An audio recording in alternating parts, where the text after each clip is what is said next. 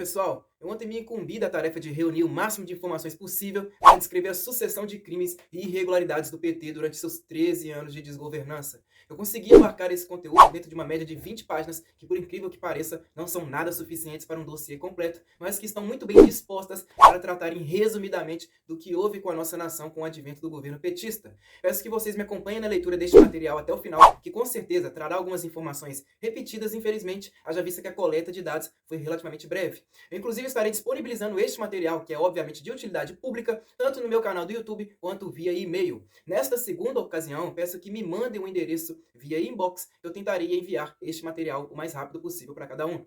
Sobre a tomada de decisão para reunir este material, o motivo foi muito simples. Constantemente recebo questionamentos sobre o que o PT fez contra a nossa nação e se os incontáveis crimes de corrupção que este partido cometeu são o maior motivo para o bloqueio dos avanços do nosso país, principalmente na área infraestrutural. Mas, tratando-se exclusivamente deste material que vos oferecerei, eu buscarei falar não apenas dos crimes cometidos pelo PT, mas também a respeito dos reflexos que foram causados por essa corja, que pelo menos do que já fora documentado, é a mais bandoleira da história da humanidade.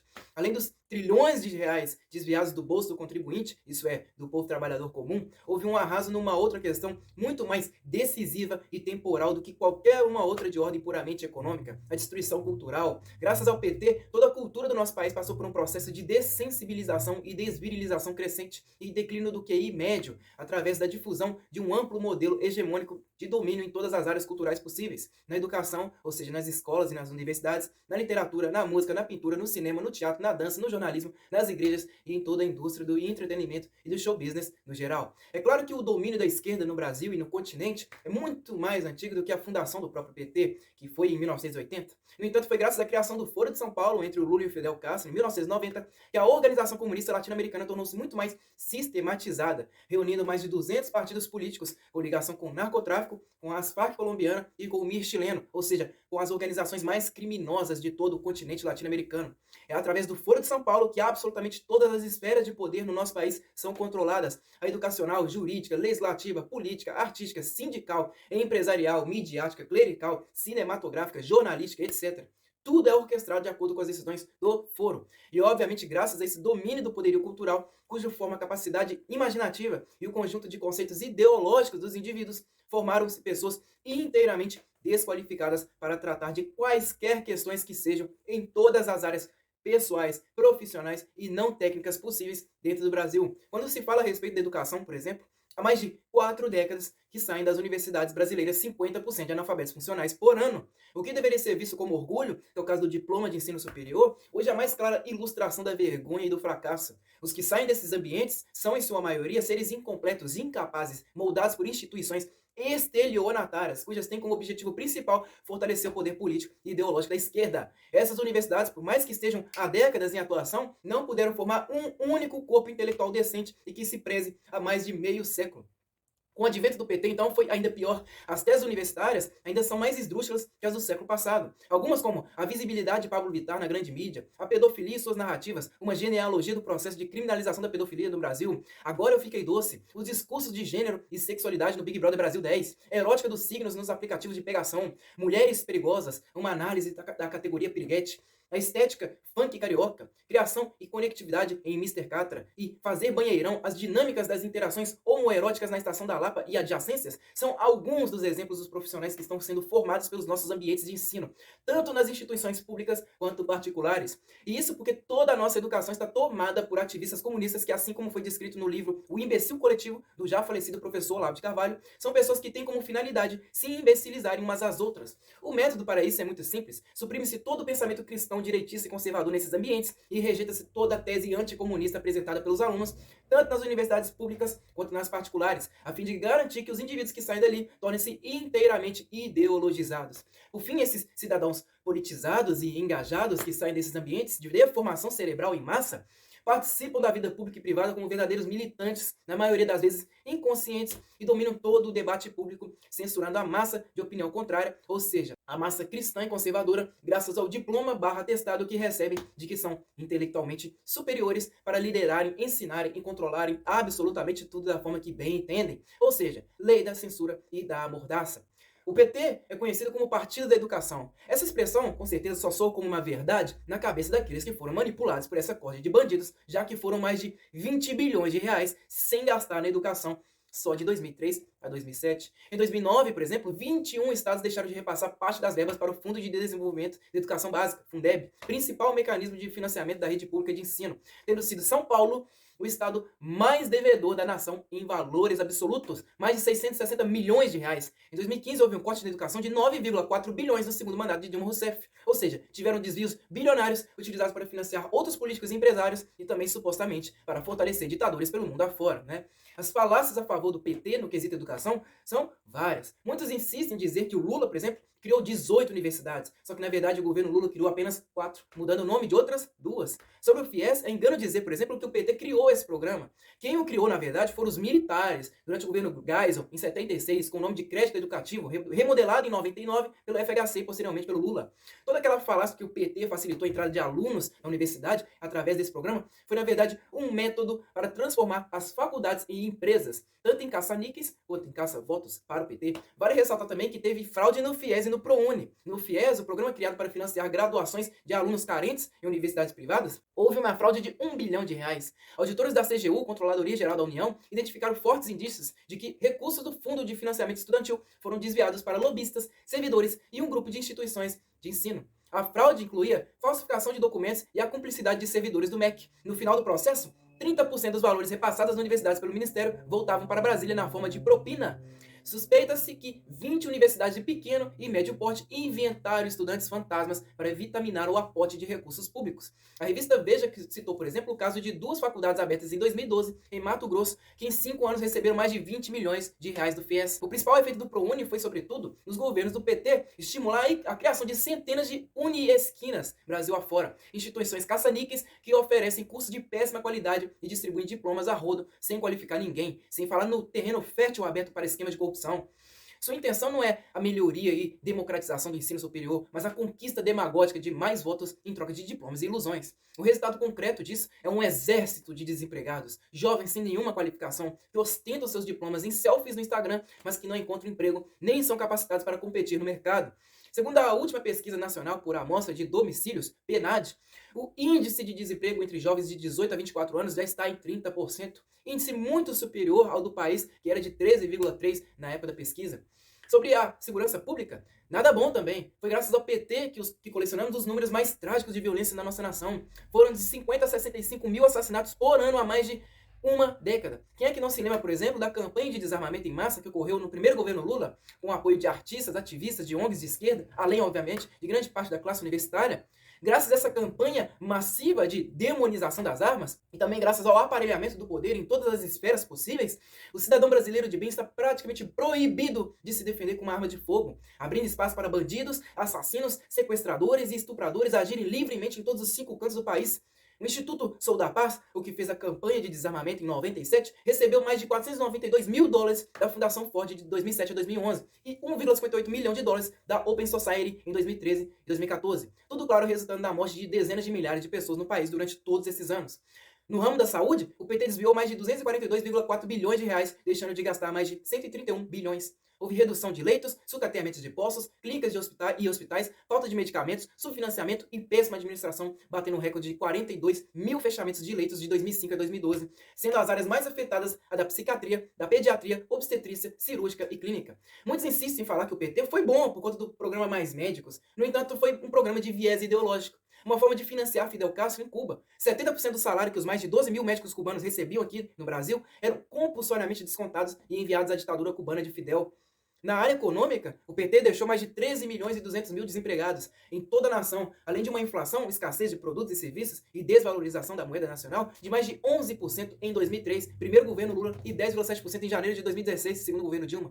Tendo o Banco Central, cujo também foi liquidado pelo PT, mantido sua taxa de juros em mais de 14% na mesma época. Na era Dilma e Temer, houve a extinção de mais de 2,8 milhões de vagas de emprego, sendo que atualmente há mais de 3 milhões de vagas criadas. A nossa moeda, durante o governo petista, havia perdido valor porque o aumento da dívida pública, associado ao risco fiscal, desanimou os investidores internacionais. Lembrando que Inclusive, em nenhum desses 13 anos não houve pandemia, campanha coletiva de fique em casa, nem ativismo político para fazer o dólar disparar. Ou seja, todos esses terrores vividos pelo povo brasileiro foi devido à festança que a quadrilha do PT fez com dinheiro público. Talvez você também esteja pensando que o PT foi o partido dos pobres. Bom, o chamado Bolsa Família, que na verdade é a união dos outros benefícios, como Bolsa Alimentação, Bolsa Escola e o Auxílio Gás, já existia e já era lei desde junho de 2001, ou seja, antes da eleição do Lula.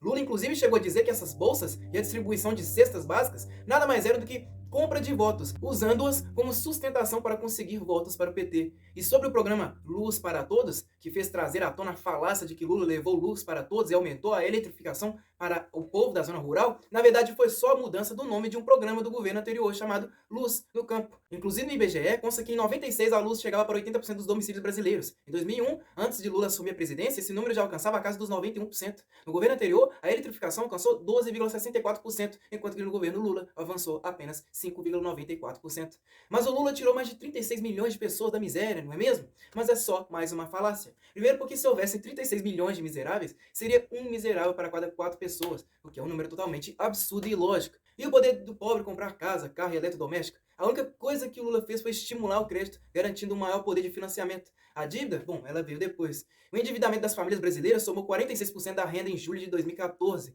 E se falamos de economia, não deixemos de falar dos rombos dos cofres públicos, não é mesmo? Foi graças às acusações contra o PT que fez surgir, por exemplo, a Lava Jato, para investigar mais de 12,5 trilhões de reais em transações suspeitas. Dinheiro que nós, eu, você, nossos filhos, netos e bisnetos terão que pagar. Na área mega empresarial, o governo do PT foi o que mais enriqueceu bancos nessa chamada nova democracia. Os bancos enriqueceram 8 vezes mais no governo de Lula do que no de FHC, com mais de 279,9 bilhões de reais só de lucros. Nas artes, outra balbúrdia. A Lei Federal número 8.813, mais conhecida como Lei Rouanet, criada no governo Collor como principal mecanismo de financiamento e incentivo à cultura do país, tornou-se nada mais, nada menos do que no meio legalizado de desvio de verbas públicas durante o governo petista. Quase 15 bilhões de reais do PT foram destinados à Lei Rouanet. É por isso que você vê dificilmente um artista contra esse partido. Regina Duarte, quando tentou fazer isso, por exemplo, foi logo descredibilizado pelos seus colegas. Isso porque a Lei Rouanet segue diversas diretrizes que atendem aos interesses da esquerda. MC Guimê, por exemplo, recebeu mais de 500 mil reais para a criação do seu DVD. Cláudia Leite, mais de 6 milhões para fazer shows pelo Nordeste do país. Isso sem citar outros, como Ivete Sangalo, Luan Santana, Daniela Mercury, Caetano Veloso, etc. Ou seja, artistas já consagrados que, em vez de receberem do cachê de seus ingressos, recebem também o dinheiro público. A maior parte do dinheiro vem das estatais. A Petrobras, por exemplo, gastou mais de 400 milhões de reais só de 2000 a 2010. E como que funcionava o repasse dessas verbas? O Ministério da Cultura precisava aprovar o projeto para que então o responsável pudesse captar o dinheiro. Mas já parou para pensar quem escolhia esses projetos selecionados e quais eram eles? Na 10ª Amostra de Cinemas e Direitos Humanos, por exemplo, o conteúdo deveria ser relacionado com os seguintes temas: população LGBT, população negra, população em situação de rua, combate à tortura, enfrentamento da homofobia, mulheres, participação política, direitos humanos e outras minorias. Essas coisas fazem parecer que o PT luta pelas minorias, não é verdade? Mas o que acontece é que ele faz é só manipulá-las como massa de manobra para campanhas políticas. Vocês não se lembram das manifestações com pães com mortadela e distribuição gratuita de camisetas, não?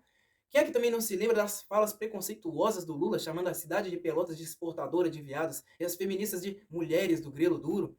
Quando se trata do sapo barbudo, cachaceiro, peão da esquerda internacional, ninguém da esquerda mortadela pode falar absolutamente nada. É ou não é verdade? Talvez você também esteja pensando, mas e as ONGs? Bom, foram mais de 2 bilhões de dólares investidos pela Ford Foundation em ONGs no Brasil, mas ONGs com posicionamentos de esquerda, muitas inclusive com o intuito de destruir a família e impor a ideologia de gênero sobre a sociedade. Tudo bem, e os sindicatos? Para os sindicatos foram repassados mais de 495 milhões e 698 mil reais. Sindicatos que não prestam contas ao tribunal ou às assembleias e com presidentes que passam de 10 a 30 anos no poder. Para onde foi todo o dinheiro, então? Para o bolso de empresários, banqueiros, lobistas, marqueteiros, sindicalistas, políticos, traficantes, donos de jogo de bicho, donos de clínicas de aborto e de centros de prostituição. Serviu também para financiar ditaduras sanguinárias no mundo todo. Serviu para fortalecer, por exemplo, a campanha de Lula e de Dilma. Lula chegou a gastar mais de 10 bilhões de reais só para promover a sua imagem. Em 2014, Dilma financiou propagandas digitais em vários veículos alternativos. A Brasil 247 recebeu mais de 1 milhão e 400 mil reais. Brasil de Fato, mais de 335 mil. Brasil Econômico, mais de 3 milhões e 560 mil reais. Diário do Centro do Mundo, quase 210 mil. Carta Maior, mais de 480 mil reais. Paulo Henrique Amorim, mais de 702 mil. Ópera Mundi, 680 mil. Fórum, quase 100 mil reais. E já o Kennedy Alencar, mais de 190 mil. Tudo isso graças ao imposto do contribuinte. A Dilma também gastou em grandes portais em 2014, por exemplo, mais de 43 milhões de reais do nosso dinheiro. Quase 15 milhões ao UOL, quase 14 milhões a Globo.com e ao G1, mais de 6 milhões ao R7 e mais de 9 milhões de reais ao Portal Terra. E aí, quem é que paga a conta agora?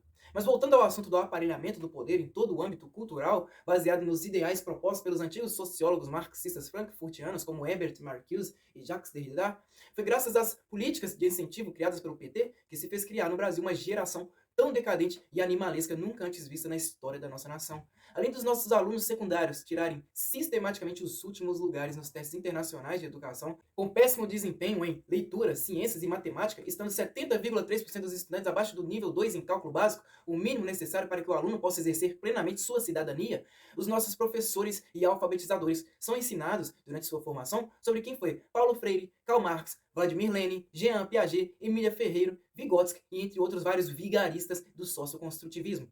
Uma pesquisa feita pela Isto É, em 2008, divulgou que entre os professores que formam nossos alunos, 86% veem Che Guevara de forma positiva e 65% veem Lenin também de forma positiva. Que cidadãos são esses que estamos formando? Ou seja, nós temos uma base educacional baseada numa metodologia que, além de produzir seres incultos e analfabetos, gera milhares e milhares de jovens famintos por sexo, violência e com forte tendência ao uso de drogas ilícitas. Tá duvidando? O Brasil é o país com o maior número de casos de violência contra professores. Segundo um estudo da Organização para a Cooperação e Desenvolvimento Econômico, OCDE, chamado TALIS, Teaching and Learning International Survey, realizado em 2013, 12,5% dos professores entrevistados no país disseram ser vítimas de agressões verbais ou de intimidação de alunos pelo menos uma vez por semana.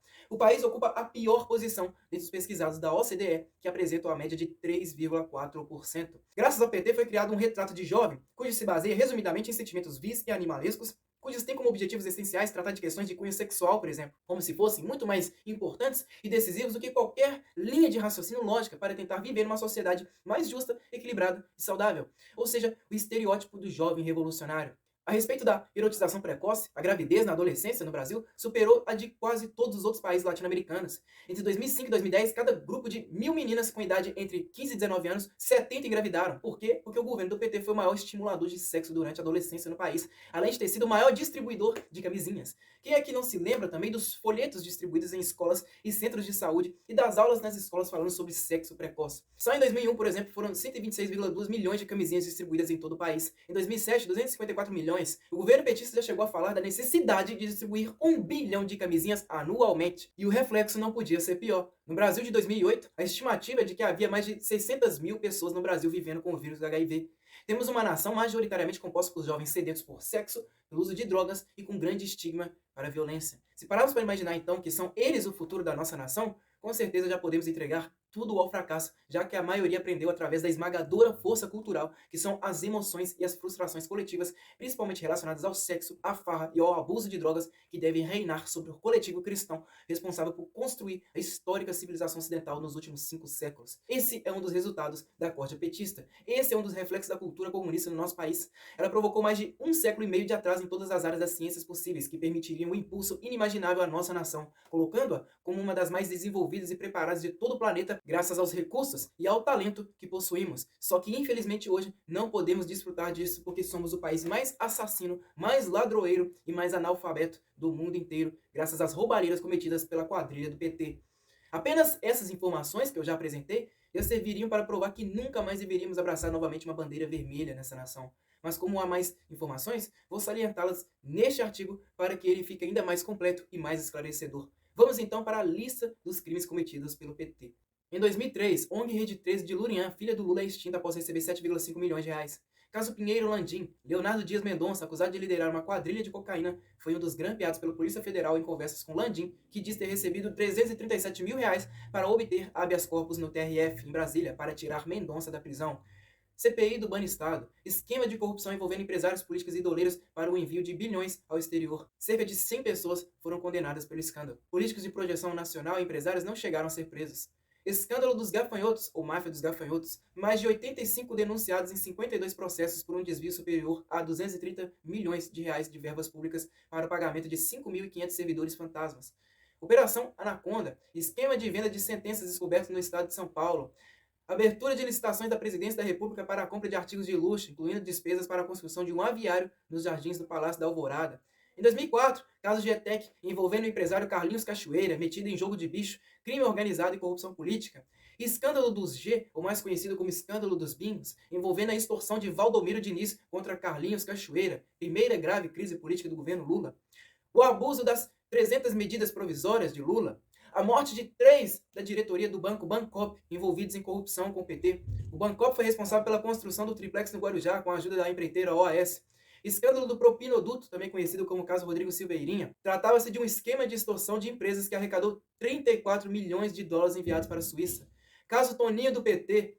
Rosiana Garcia, viúva do prefeito morto de Campinas, São Paulo, em 2001, Toninho do PT, afirmou à CPI dos bingos em 2004 acreditar que o assassinato de seu marido foi político, provavelmente por ele ter contrariado interesses na prefeitura. Escândalo dos grampos contra políticos da Bahia. Antônio Carlos Magalhães foi suspeito de ser o mandante de uma operação que grampeou mais de 400 telefones de adversários políticos e de desafetos na Bahia. Conselho Federal de Jornalismo, projeto de Lula que visava orientar, disciplinar e fiscalizar o exercício da profissão e atividade de jornalismo, inclusive com poderes de punir jornalistas. Escândalo dos vampiros. Fraudes na compra superfaturada de remédios e hemoderivados. Teve início na era FHC, mas esteve fortemente presente na era Lula. Caso Crow, formação de quadrilha e investigações ilegais de concorrentes que disputavam o controle da Brasil Telecom. Escândalo das fotos de Herzog. Posicionamento contrário da ABIN a respeito da manipulação e edição das fotos e consequente tentativa de manipulação dos fatos. Uso dos assessores dos ministérios em campanha eleitoral de 2004. José Dirceu, Aldo Rebelo, Valdir Pires, dentre outros, usaram assessores em campanhas pelo Brasil. Caso Flamarion Portela, acusado de ser um dos participantes do esquema de desvio de dinheiro do estado de Roraima por meio de funcionários laranjas batizados de gafanhotos. Em 2005, assassinato do legista Carlos Del Monte Printes, no caso Celso Daniel. Marcos Valério afirmou durante um depoimento ao Ministério Público de São Paulo que o ex-presidente Lula foi um dos mandantes da morte do então prefeito de Santo André, Celso Daniel, em 2002. Escândalo dos Correios, segunda grave crise política no governo Lula, foi através de uma gravação comprovando que havia um esquema para a venda de licitação dentro dos Correios, recebida por Maurício Marinho, citando uma indicação do então deputado federal Roberto Jefferson. Foi através desse escândalo que fez surgir o Mensalão. Descoberta da sede para reunião de lobistas e encontros com prostitutas, conhecida como República de Ribeirão, com envolvimento de Antônio Palocci. Escândalo do Mensalão, terceira grave crise política no governo Lula. Mais de 200 milhões de reais em desvios. Foi o escândalo estourado em junho de 2005, através da declaração feita por Roberto Jefferson à Folha de São Paulo, de que o PT havia pago 30 mil reais mensalmente a vários deputados para votar para a legislação favorecida pelo partido na Câmara dos Deputados. Os fundos vieram dos orçamentos de publicidades das empresas estatais, canalizados através de uma agência de publicidade de propriedade de Marcos Valério. Escândalo dos dólares na cueca, cassação de Zé Dirceu. Escândalo da Gamercorp Telemar, 111 milhões de reais para Lulinha, filho do Lula. Caso Antônio Celso Cipriani, acusado de ficar à frente de um esquema que resultou em recursos desviados por meio de doleiros e empresas offshores para o exterior, fraudes contábeis e quebra da Transbrasil. Escândalo do IRB, mesada cobrada pelo PTB, a estatal era de 400 mil reais à época, hoje a IRB é ex-estatal. Escândalo da Nova Data, acusações relacionadas ao não cumprimento de entregas de equipamentos, além de licitações acordadas. Em 2006, caso Francenildo dos Santos Costa, um caseiro semi-analfabeto que denunciou Palocci e sua turma de frequentarem uma mansão em Brasília, regada a festas com garotas de programa e com o suposto objetivo de fecharem negócios e dividirem dinheiro. Houve a quebra do sigilo bancário do caseiro Francenildo, configurando na quarta grave crise política do governo Lula. Escândalo da refinaria de Pasadena, prejuízo de 3 bilhões de reais. Em 2006, a Petrobras, que tinha como Dilma para integrar o conselho de administração da estatal à época, pagou 360 milhões de dólares por metade da refinaria. O valor pago foi 8 vezes superior ao montante desembolsado pela antiga proprietária da refinaria um ano antes. Escândalo dos sanguessugas ou escândalo das ambulâncias, quinta grave crise política do governo Lula. Escândalo dos aloprados, tentativa do PT de comprar dossiês contra adversários políticos da época. Escândalo dos fundos de pensão. Escândalo do Corinthians envolvendo a parceria com a empresa MSI. Mesada de Antônio Palocci. Escândalo da suposta ligação do PT com as Farc. Lula e o Itamaraty e os petistas não consideravam as Farc terroristas. Inclusive, essa organização tinha uma base na fronteira, segundo documentos da Polícia Federal. Em 2007, BNDES e o etanol em Moçambique, os 111,4 bilhões da CPMF desviados da saúde. Entre 2003 e 2007, o PT contou com o CPMF, o imposto do cheque. Nos 5 anos em que contou com a contribuição que era imposto, o governo Lula arrecadou 186,4 bilhões de reais. Lula empregou apenas 75 na saúde e usou os outros 111,4 bilhões de reais para outras despesas. Caso Agnello Queiroz, superfaturamento no aluguel antecipado da Vila do Pan por 10 meses em 2007, ano dos Jogos Pan-Americanos no Rio. Em 2008, fraude no leilão da usina hidrelétrica de Jirau, em Rondônia. Caso Fernando Pimentel, Caixa 2 na usina hidrelétrica de Santo Antônio, em Rondônia. Em 2009, caso Lina Vieira, ex-secretária da Receita Federal, afastada do cargo após o imbróglio envolvendo o Fisco e a Petrobras, afirmando que a ministra da Casa Civil à época, Dilma Rousseff, pediu que fossem concluídas rapidamente as investigações sobre as empresas da família Sarney, que vinham sendo conduzidas pelo órgão. Lina Vieira também afirmou que foi a própria Petrobras que deu informações sobre a mudança no sistema de tributação praticado pela empresa. A divulgação, segundo ela, foi feita pelo presidente da estatal, Sérgio Gabrielli. Caso da refinaria Abreu e Lima, mais de 90 milhões de reais em propinas. Propina na compra de submarinos e helicópteros franceses através de depoimento de Antônio Palocci, acusando o governo federal à época. Escândalo das montadoras, medida provisória 471. Em 2010, caso Bancop, escândalo novos aloprados. R$ 1 milhão de Alberto Youssef na campanha de Gleice Hoffmann, BTG Pactual e sondas do pré-sal. Segundo o relato de Antônio Palocci, a Lava Jato afirmou que André Esteves, próximo ao período final de campanha de 2010, havia acertado com Guido Mantega o repasse de 15 milhões de reais para garantir privilégios ao BTG Pactual no projeto das sondas do pré-sal da Petrobras. Erenice Guerra e tráfico de influência, sucessor e braço direito de Dilma Rousseff do PT na Casa Civil da Presidência da República. Erenice Guerra entregou o cargo após denúncia de tráfico de influência envolvendo seu filho, Israel Guerra, e servidores da Casa Civil, o principal ministério do governo, em troca de comissões. Gasto de 88,2 milhões de reais de Lula em cartões corporativos. Em 2011, escândalo dos Ministérios da Agricultura, Transportes e Cidades, escândalo dos Ministérios do Turismo, do Esporte e do Trabalho, faxina ética do governo Dilma, saída de Palocci, Wagner Rossi, Orlando Silva, Pedro Novaes e Mário Negromonte do governo. Em 2012, prisão de Carlinhos Cachoeira, escândalo no Ministério da Pesca, ministra Ideli Salvati foi convidada pela Comissão de Fiscalização Financeira e Controle para prestar depoimentos sobre o desperdício de 31 milhões de reais na compra de 28 lanchas, sendo que 23 delas não tinham condições de realizar suas funções. O caso envolvendo Rosemary Noronha e os mais de 25 milhões de euros em Portugal. Antony Garotinho, deputado do Rio de Janeiro à época, acusou a ex-chefe de gabinete da presidência, amiga íntima de Lula, Rosemary Noronha, de ter levado dinheiro para Portugal numa mala diplomática. BNDES é a usina siderúrgica na Venezuela, com valor de mais de 865 milhões de dólares. Operação Porto Seguro, investigando um suposto esquema de corrupção em órgãos federais, tendo como principais personagens Paulo Rodrigues Vieira, Rubens Carlos Vieira, Marcelo Rodrigues Vieira, José Weber de Holanda, Cione Cunha Borges e Rosemary Noronha. Prisão da cúpula do PT, José Dirceu, José Genuíno e Delúbio Soares eram 3 dos 24 condenados. Em 2013, início das pedaladas fiscais, provocando um déficit decabilionário nas contas do país. BNDES e a rodovia engana. Segundo o ministro Augusto Sherman, entre 2005 e 2014, o BNDES destinou a construtoras brasileiras 2,115 bilhões de dólares para obras em Angola, República Dominicana, Guatemala, Gana e Honduras, ou seja, países ditadores, sendo que 1,07 bilhão de dólares foram desviados. Em 2014, escândalo da Petrobras, aparelhamento da Petrobras e outras estatais, divididas com vários partidos como PT, PP e MDB. Ex-diretor de abastecimento da Petrobras, Paulo Roberto Costa, Paulinho, fez um acordo de delação premiada com o Ministério Público Federal para reduzir a sua pena. Acusou 50 políticos, sendo a maior parte do PT. Foram mais de 20 bilhões de dólares só em suborno e, segundo a Polícia Federal, um prejuízo que chega a mais de 42,8 bilhões de reais. Dilma Rousseff era presidente do Conselho de Administração da Petrobras nesse período. A investigação mostrou que um cartel de grandes empresários pagavam suborno para diretores da Petrobras, políticos e partidos envolvidos nas nomeações desses dirigentes para conseguir grandes contratos. O suborno era calculado segundo o percentual de cada contrato superfaturado. Não existia competição real entre as empresas e o esquema permitia que elas inflassem os preços. A suspeita é que esse dinheiro também financiava partidos políticos, entre eles o PT. Em 2015, prisão do tesoureiro do PT, João Vacari Neto. E em 2017, prisão do marqueteiro do PT, João Cerqueira de Santana Filho, envolvido em lavagem de dinheiro e responsável por ter trabalhado nas campanhas presidenciais de Dilma e Lula.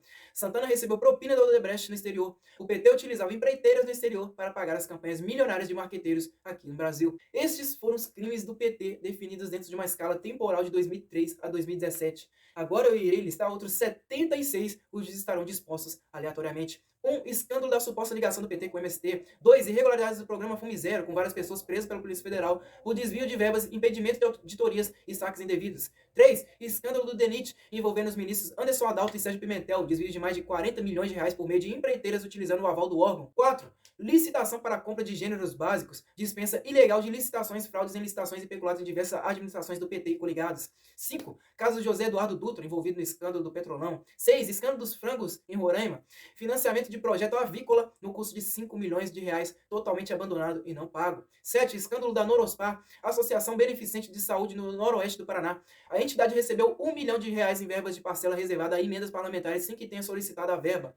8. Lei de responsabilidade fiscal, recurso do governo federal da LRF e o seu apoio ao alto endividamento em função da Copa do Mundo. 9. Escândalo da ONG Ágora, desvio de 7,5 milhões de reais que serviriam para a capacitação de jovens para servir de esquema que envolvia notas fiscais falsas. 10. Escândalo dos copos, licitação do governo federal para a compra de 750 copos de cristal para vinho, champanhe, licor e whisky. 11. Caso Henrique Meirelles, além de ter faturado 217 milhões de reais em consultoria só entre 2015 e 2016, recebeu 167 milhões de clientes, como a JIF de Joesley Batista, e foi acusado de ter facilitado o financiamento a empresários. 12. Caso Luiz Augusto Candiota, diretor de política monetária do Banco Central, acusado de movimentar bilhões de reais a contas no exterior e posteriormente demitido por não explicar a movimentação. 13. Caso Cássio Casseb, ex-presidente do Banco do Brasil, cujo esteve envolvido nas suspeitas de fraudes na instituição, valendo mais de 430 milhões de reais. 14. Escândalo do PTB, oferecimento do PT para ter apoio do PTB em troca de cargos e material de campanha, dando 150 mil reais a cada deputado. 15. Irregularidades do Bolsa Escola, saques realizados por pessoas que já morreram, indivíduos sem CPF ou com CPFs múltiplos, além de pessoas que estariam recebendo benefícios sem ter direito, como servidores públicos e doadores de campanhas políticas. 16. Irregularidades do programa Restaurante Popular. Projeto de restaurantes populares beneficiava prefeituras administradas pelo PT. 17. Escândalo da usina de Itaipu. PT teria usado dinheiro de Itaipu em uso de campanhas políticas. Desvios e Caixa 2, segundo acusações. 18. Escândalo de Funas. Esquema de corrupção e lavagem de dinheiro utilizado os mesmos moldes do mensalão. 19. Escândalo da SECOM. O Tribunal de Contas da União havia aberto uma tomada especial sobre irregularidades, superfaturamento e desvio de mais de 1 milhão de cartilhas de propagandas feitas na gestão de Glushkin na SECOM. 20. Esquema de corrupção do Diretório Nacional do PT. 21. Escândalo do Vale Aeroduto. 22. Escândalo da CPAM. Segundo denúncias do advogado Roberto Teixeira, compadre de Lula e seu irmão Dirceu Teixeira, usavam o bom trânsito no PT para recomendar a prefeitos do partido a contratação da consultoria para empresas e municípios. 23. Escândalo da Sebrae, ou caso Paulo Okamoto. 24. Caso Marca, fonte Sindan. 25. Escândalo dos dólares na cueca. Em 2005, a agência da Polícia Federal de São Paulo detiveram o então assessor parlamentar José Adalberto Vieira da Silva com 200 mil reais em uma valise e 100 mil dólares presos ao corpo na cueca no aeroporto de Congonhas. 26. Escândalo do Banco Santos. 27. Escândalo do Daniel Dantas, Grupo Opportunity, ou caso Daniel Dantas. 28. Escândalo da Interbrasil, constituída em 2002, ganhou relevantes contratos públicos no governo de Lula e quebrou 3 anos depois, deixando um passivo de 20 milhões de reais. A Interbrasil provocou prejuízo aos cofres públicos, incluindo Furnas Centrais Elétricas e o governo de Minas Gerais entre suas vítimas.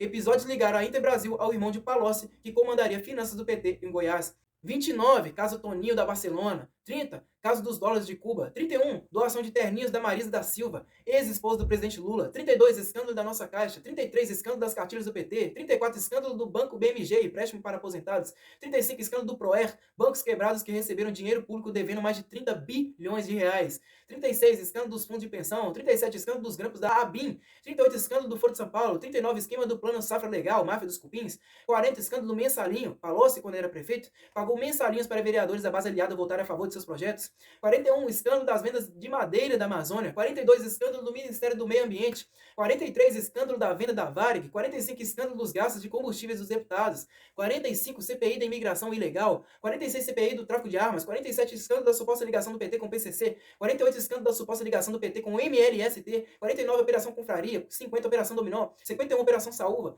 52. Escândalo do vazamento de informações da Operação Mão de Obra. 53. Escândalo dos funcionários federais empregados que não trabalhavam. 54. Mensalinho das prefeituras do estado de São Paulo. 55. Escândalo dos grampos do TSE. 56. Operação Testamento. 57. CPI das ONGs, como ONG Unitrabalho. 58. Escândalo dos fiscais do IBAMA do Rio de Janeiro. 59. Crise no setor aéreo, ou CPI do apagão aéreo.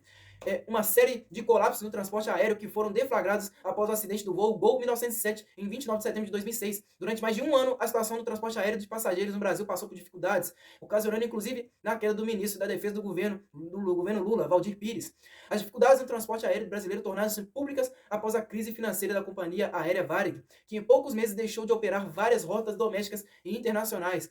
Isso ocorreu devido à falta de aeronaves retomadas por credores, dada a falta de pagamentos de contratos de arrendamento. A FAB, em 2004, 2 anos antes, já alertava sobre o apagão. O Departamento de Controle de Espaço Aéreo, DCEA, informou que a não liberação integral dos recursos pedidos levaria a uma tragédia. Mesmo assim, as verbas foram cortadas ano após ano pelo governo. Em 2006, graças ao corte de recursos e à falta de planejamento, provocou crise no setor aéreo, apontou o relatório do TCU. 60, Operação Hurricane. 61, Operação Navalha. 62, Operação Checkmate. 63, Operação Moeda Verde. 64, caso Renan Calheiros. 65, Operação Sétimo Céu. 66, Operação Hurricane 2. 67 caso Joaquim Roriz, 68 Operação Hurricane 3, 69 escândalo da Copa do Mundo de 2014, foi exito pelo PT aproximadamente 1,1 bilhão de reais para impostos para a FIFA, 70 custo de 186 milhões da Eletrobras graças à corrupção e à ineficiência do PT, 71 corrupção do PT e do MDB no Postales, chegando a mais de 7 bilhões de reais, 72 desvios de 1,2 bilhão de reais em obras da Infraero, 73 corrupção envolvendo o diretor da Conab, Silvio Porto, e vinculado ao PT, e a quadrilha Agrofantasma com desvios do programa Fome Zero de até 30% dos 5 bilhões de reais gerados, 74 rombo da Caixa Econômica Federal, usada de instrumento político pelo PT, ela não só serviu para azeitar os caminhos tortos da corrupção, viabilizando o pagamento de propinas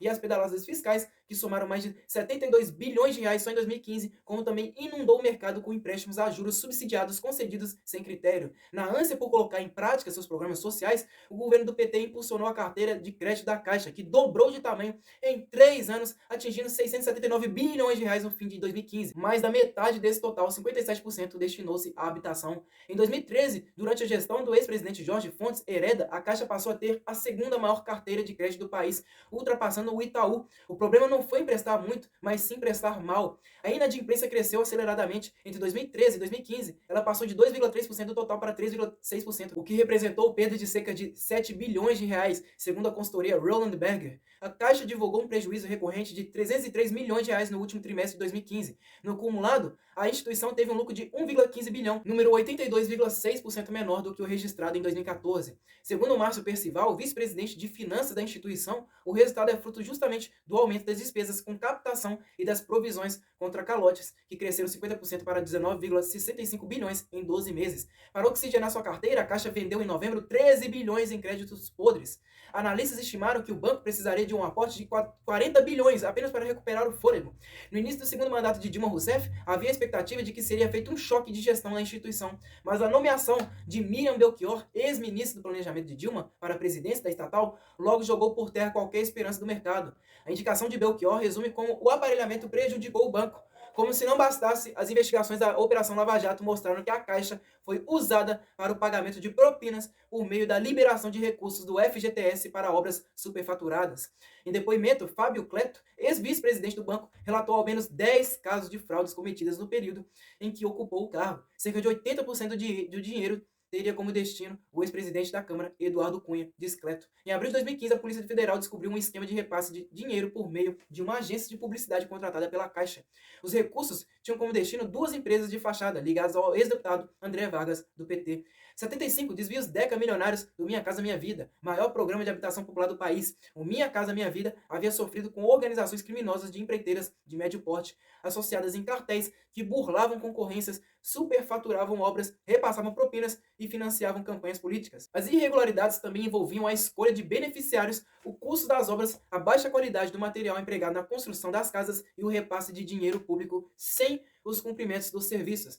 Do início do programa a 2015, o governo entregou 2,8 milhões de casas a um custo de mais de 270 bilhões de reais, segundo o Ministério das Cidades, e 76, escândalo do INCRA. Segundo a Polícia Federal, Antônio César, superintendente regional do INCRA, nomeado por indicação do PT, era suspeito de comandar um grupo de servidores públicos da área ambiental do Estado que arrecadava cerca de 2,5 milhões de reais por mês em propina pagas por madeireiros ilegais que atuavam no corte clandestino de madeira de várias reservas indígenas. Além de todos esses crimes, o PT financiou construções em outros países ditadores. De 2013 a 2015, o BNDES, um banco público, financiou as maiores empreiteiras do país para trabalharem fora do Brasil. Todos os bilhões de dólares foram entregues sem necessidade de devolução. Porto Mariel, em Cuba, 682 milhões de dólares da Odebrecht. Hidrelétrica de São Francisco, no Equador, 243 milhões de dólares da Odebrecht. Hidrelétrica de Chalha, no Peru, 320 milhões de dólares da Odebrecht. Barragem de Moamba Major, em Moçambique, 350 milhões de dólares da Andrade Gutierrez. Metrô da cidade do Panamá, 1 bilhão de dólares da Odebrecht.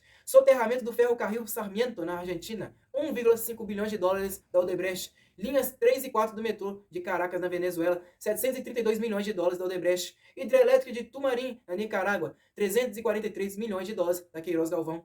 O nosso país se endividou até 2060 para financiar ditaduras corruptas através de empréstimos secretos. O custo dos subsídios diretos e indiretos garantidos pelo governo petista nos repasses do BNDES para financiar políticas de crédito barato concedido a algumas empresas em operações no Brasil e no exterior supera os 22,6 bilhões de reais tirados do bolso do próprio povo para sustentar as operações do BNDES. Por que financiou? Para fortalecer o comunismo e grupos econômicos privilegiados. O governo petista destinava bilhões do dinheiro do povo para essas empresas, bilhões para financiar ditaduras sanguinárias e corruptas, assim como é a de Nicolás Maduro, na Venezuela, que passam com um caminhão-tanque por cima de pessoas que se manifestam contra o seu governo. O fluxograma funcionava da seguinte forma: tirava esse dinheiro do Tesouro Nacional, repassava esse dinheiro ao BNDES e o BNDES, por sua vez, liberava empréstimos para financiar países comunistas. Então, as empreiteiras como Odebrecht e Queiroz Galvão eram financiadas para executar obras cujo processo licitatório era duvidoso, instalando propinodutos mundo afora. O custo dos subsídios antes da assinatura do decreto, segundo o Ministério da Fazenda, era de apenas de 17 milhões de reais. Depois da adoção da nova política econômica do PT, após a assinatura do decreto, o valor saltou para 4,5 bilhões de reais em subsídios. Numa escala temporal, em 2010, foram 8,4 bilhões de reais. Em 2011, 10,5 bilhões. E já em 2014, o povo brasileiro precisou pagar mais de 21,2 bilhões para cobrir o rombo da política de empréstimos do BNDES. O gasto que foi previsto pelo Ministério da Fazenda até 2060 é de 22,6 bilhões a 184 bilhões de reais. Citarei agora o nome de alguns dos principais figurões do PT, seus respectivos crimes e penas. José Disseu, ex-ministro da Casa Civil do governo Lula, condenado a 10 anos e 11 meses de prisão por corrupção passiva e formação de quadrilha no Mensalão. Esteve investigado na Operação Lava Jato. João Paulo Cunha, ex-presidente da Câmara dos Deputados, condenado a 6 anos e 4 meses de prisão no Mensalão. Foi autorizado pelo STF a cumprir o resto da prisão em casa. Delúbio Soares, ex-tesoureiro do PT, condenado no Mensalão a 6 anos e 8 meses de prisão pelos crimes de corrupção ativa e formação de quadrilha. Teve autorização para passar para o regime aberto.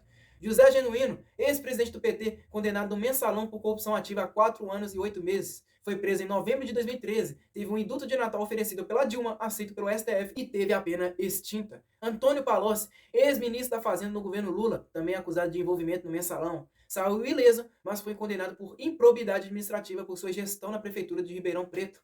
Foi acusado pela Lava Jato de pedir 2 milhões para a campanha de Dilma Rousseff. Silvio Pereira, ex-secretário-geral do PT, ganhou os holofotes durante o escândalo do Mensalão por ter sido presenteado com um automóvel de luxo Land Rover de um empresário da GDK que prestava serviço à Petrobras. Fez um acordo de suspensão condicional e em dezembro de 2012 o STF extinguiu sua punição. Delcídio do Amaral, líder do governo da presidente Dilma Rousseff, do PT, no Senado. Sua prisão foi determinada pelo STF e autorizada pelo Senado sob o argumento de que ele tentou atrapalhar a investigação da Operação Lava Jato e ofereceu um esquema de fuga para Nestor Severo. João Vacari Neto, ex-tesoureiro do PT apontado como operador de propinas do partido na Lava Jato, condenado a 15 anos e 4 meses por lavagem de dinheiro, associação criminosa e corrupção. Cândido Vacareza, ex-líder do governo na Câmara dos Deputados, investigado na Operação Lava Jato por ter recebido propina da Petrobras. Gleice Hoffmann, ex-ministra da Casa Civil no governo Dilma, acusada de ter recebido R$1 milhão do esquema de corrupção da Petrobras.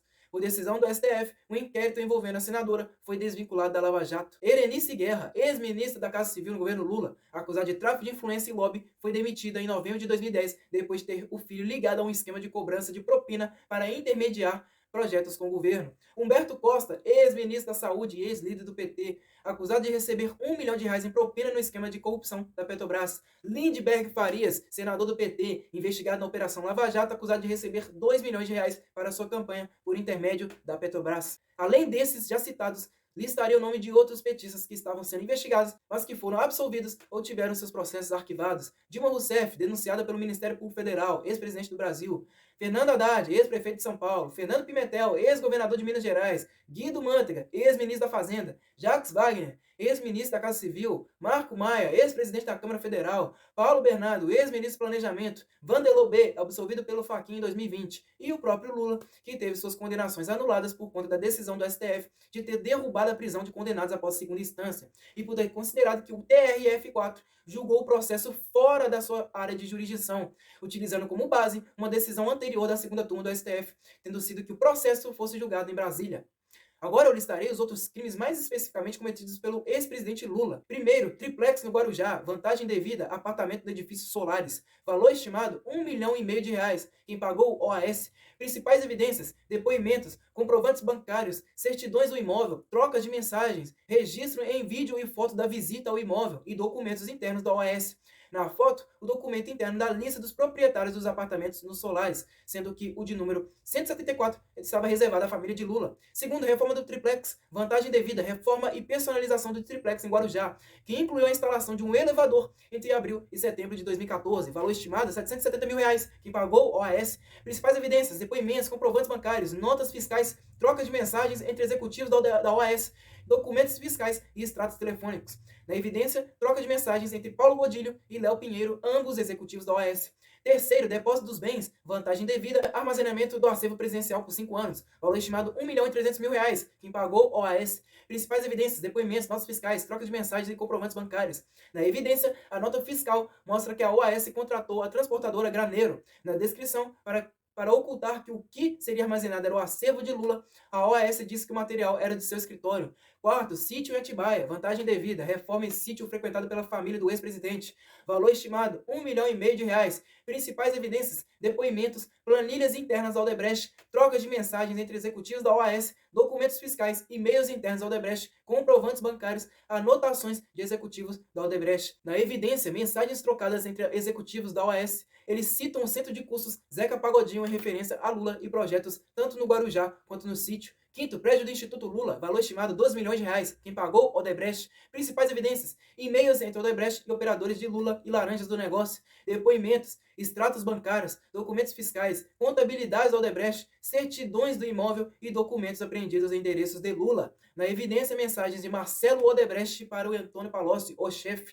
O executivo da empreiteira fala de riscos da compra do terreno para o Instituto Lula. Sexto, dinheiro para o sobrinho, vantagem indevida, pagamento à empresa de Taiguara Rodrigues, sobrinho de Lula, valor estimado R$ 20 milhões. Quem pagou? A Odebrecht. Principais evidências, depoimentos executivos da Odebrecht, e-mails entre os envolvidos, e-mails internos da Odebrecht e comprovantes de pagamento.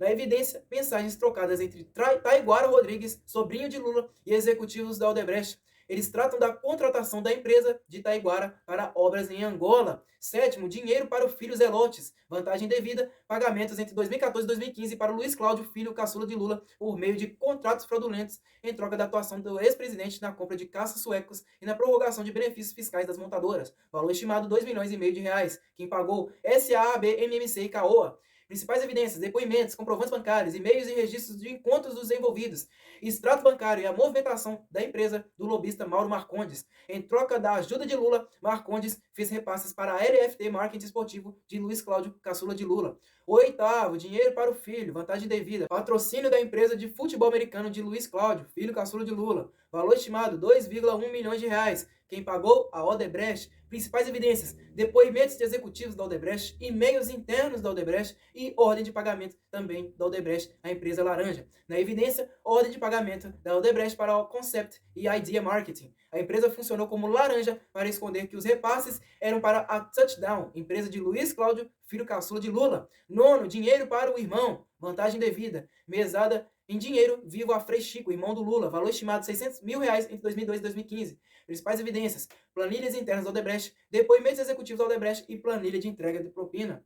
Na evidência, planilha interna da Odebrecht com repasse de propinas. O codinome do irmão de Lula na empresa era Metralha. Décimo, conta chamada Amigo na Odebrecht, vantagem devida, saldo em conta geral de propina, valor R$ 10 milhões, saldo em 2014. Principais evidências, depoimentos executivos da Odebrecht, planilhas internas da Odebrecht, e-mails internos da Odebrecht e anotações executivas também da Odebrecht. Na evidência, documento interno da Odebrecht com saldo de propinas em março de 2014. A conta Amigo, que era de Lula, tinha um saldo de R$ 10 milhões.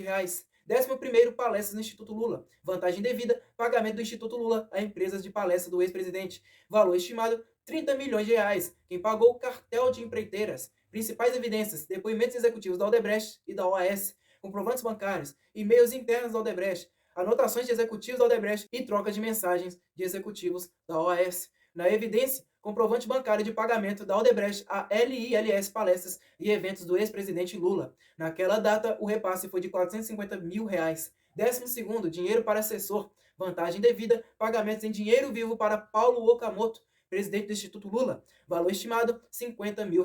Quem pagou? A Odebrecht. Principais evidências, planilhas internas da Odebrecht e depoimentos executivos da Odebrecht. Na evidência, planilha interna da Odebrecht com repasse de propinas.